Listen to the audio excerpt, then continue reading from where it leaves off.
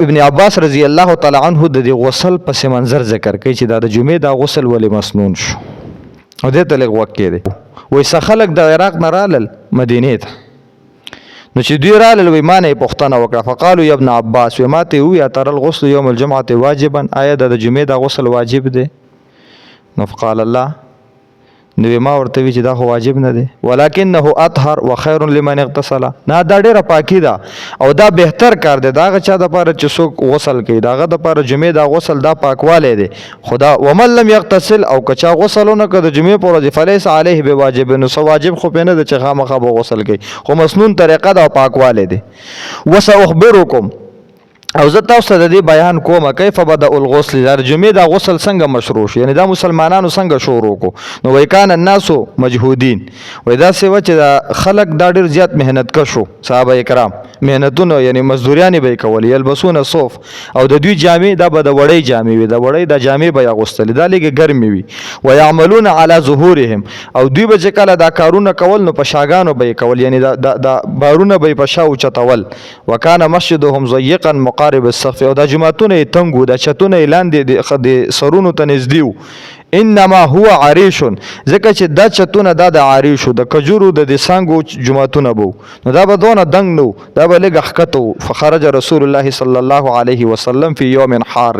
وی پیغمبر علیه الصلاۃ والسلام د ګرمۍ د ورځې په یو ورځ راووته وعرق الناس فی ذلک الصوف د صحابه کرامو او د دې مرګرو په دې جامو کې یعنی د وړۍ په دې جامو کې په دوی خلا راغلی دا حتی صارت منهم رياح وی د دوی نه چکم دی د دسه بدبو خوره شوی دا عذاب ذالک بعضهم بعضا چې د بعضو د وجه نه بعضو ته تکلیف رسي یعنی بدبو باندې کې پیدا شوی د په جمعات کې خلو د وجه نه فلما وجد رسول الله صلی الله علیه وسلم تلک الرياح کله چې رسول الله مبارک دا بدبو ولید قال یا ایها الناس الله پیغمبر فرمایل ای خلکو اذا كان هذا اليوم فاغتسلوا کله چې د جمعې ورځ بیا غسل کوئ ځکه ګڼوي اطرافونه خلک راشي نو بیا لګ ګڼوي نو بیا غسل کوئ وليمس احدكم افضل ما يجد من دهنه وطيبه او پتا شو کې د ار یو کس په دغه ورځ باندې هغه بهترین تیل استعمالي چې دغه سره د ټولو نه بهتر تیل وي او کومه خوشبو چې ور سره بهتر وي دا خوشبو د استعمالي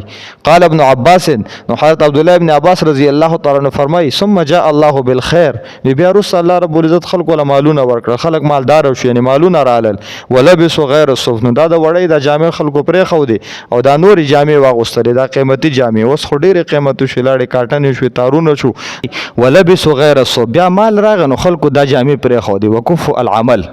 او بیا خلکو دا کارونه هم ډیر پرې خو ځکه بیا مهنتونه کم شو اوس دونه مهنتونه نشته ده نو بیا فرمای ووسع مسجدهم او بیا د جماعتونه کولاو شو وذهب بعض الذين كان يؤذي بعضهم بعضا من العرق او د عراق نه چې هغه کسان راغلی او چې د چا د وجه نه دلته تکلیف جوړ شوی نو هغه لاړل نو هغه تکلیف شون کې اوس ختم شو نو د جمعې د غسل دا خو هغه وخت رسول الله مبارک شه د حکم کړو د دې د پاره کړو نو هغه علتونه اوس تقریبا ختم شوی دي خو سنت والے مسنون والے خدا باقی پاتې ده کنه دا ګوري پرون ما نه پدې چا سوال کړو د پیغمبر علیه الصلاۃ والسلام د الله پیغمبر چې عمل وکړو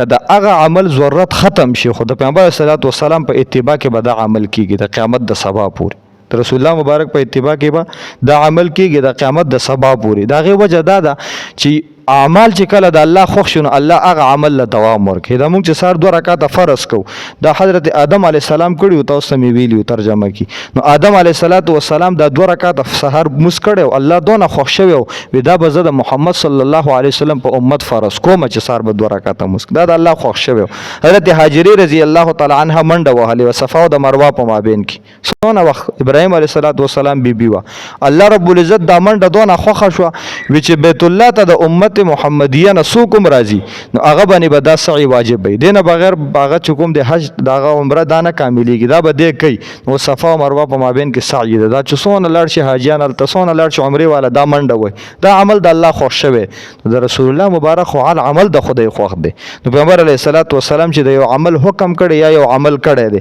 دا غي ضرورت اوس ختم شو خو بیا به هم دا عمل کیږي تر قیامت د سبا پورې ځکه دا د الله خوښ شوی